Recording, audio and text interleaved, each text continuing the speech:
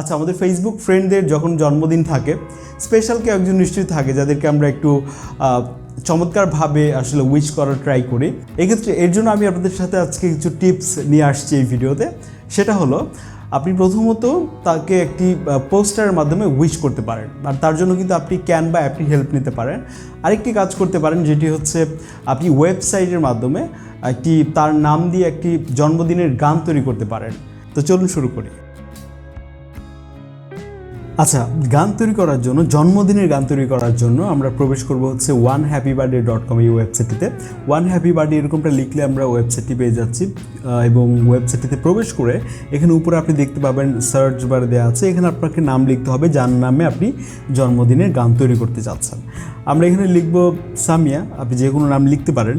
তো এরপর আপনাকে এখান থেকে খুঁজে বের করতে হবে যে নামটি আপনি সার্চ করেছেন। এটার সাথে রিলেটেড এরকম সিমিলার আরও কিছু নাম দেখাচ্ছে, তবে আপনি যেটা লিখেছিলেন সেই নামটাতে ক্লিক করবেন। তারপর এখানে প্লে বার্থডে সং, এখানে আপনাকে ক্লিক করতে হবে। তারপরে এটা আপনি এখান থেকে শুনতে পারবেন, একটা ইংরেজি ভাষার গান।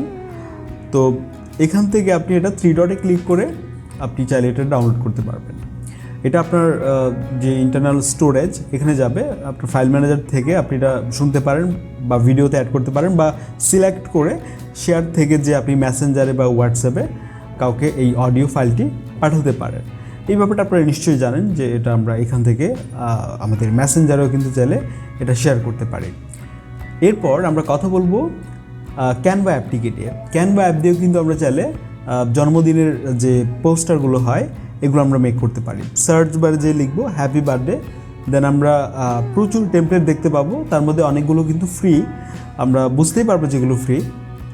তার মধ্যে আমরা দেখতে পাচ্ছি ভিডিও অ্যানিমেশনেরও রয়েছে, তবে আমরা ফটোর যে টেমপ্লেটগুলো আছে সেগুলো ট্রাই করতে পারি।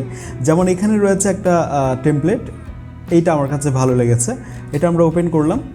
এখন এখানে আপনাকে ফটোতে ক্লিক করতে হবে আর কি। ক্লিক করলে নিচে আপনি দেখবেন রিপ্লেস বলে একটা অপশন চলে আসছে।